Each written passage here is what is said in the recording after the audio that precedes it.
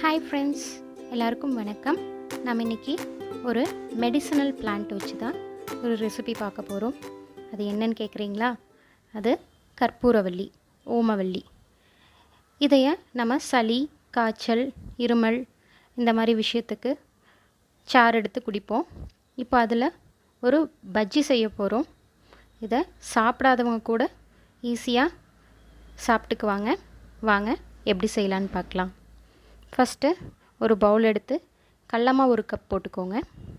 1 cup கடல மாவுக்கு 2 table spoon idli dosa மாவு, நம்ம வீட்டில் இட்லி தோசைக்கெலாம் அரைச்சி வச்சுருப்போம் இல்லைங்களா, அந்த மாவு.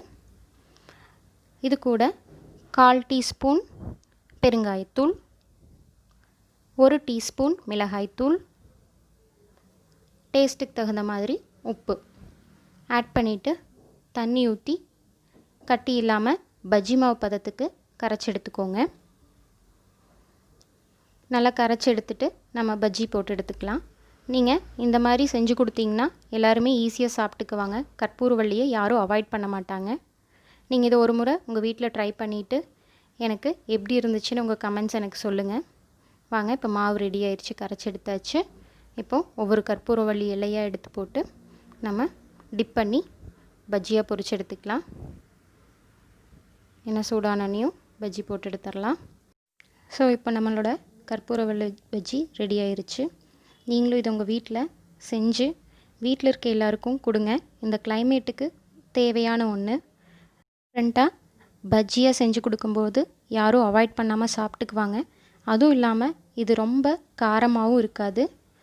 ரொம்ப மைல்டான அந்த கற்பூரத்தோட ஸ்மெல் மட்டும் நம்மளுக்கு ஃபீல் ஆகும் நம்ம சாப்பிட்டு முழுங்கும்போது. கண்டிப்பாக இதை உங்கள் வீட்டில் எல்லோரும் ட்ரை பண்ணிவிட்டு எல்லாருக்கும் கொடுங்க. வாரத்துக்கு 2 முறை கற்பூரவல்லி எடுத்துக்கலாம் தாராளமாக, ஆனால் அளவோடு எடுத்துக்கோங்க.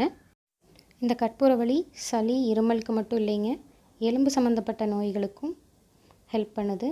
எலும்பு தேய்மானம் உள்ளவங்க வாரத்துக்கு 2 முறை ஏதோ ஒரு வகையில் இந்த கற்பூரவல்லியை உணவில் சேர்த்துக்கோங்க. இந்த ரெசிபி உங்களுக்கு பிடிச்சிருந்தால் லைக் பண்ணுங்கள், கமெண்ட் பண்ணுங்கள், ஷேர் பண்ணுங்கள். தேங்க்யூ.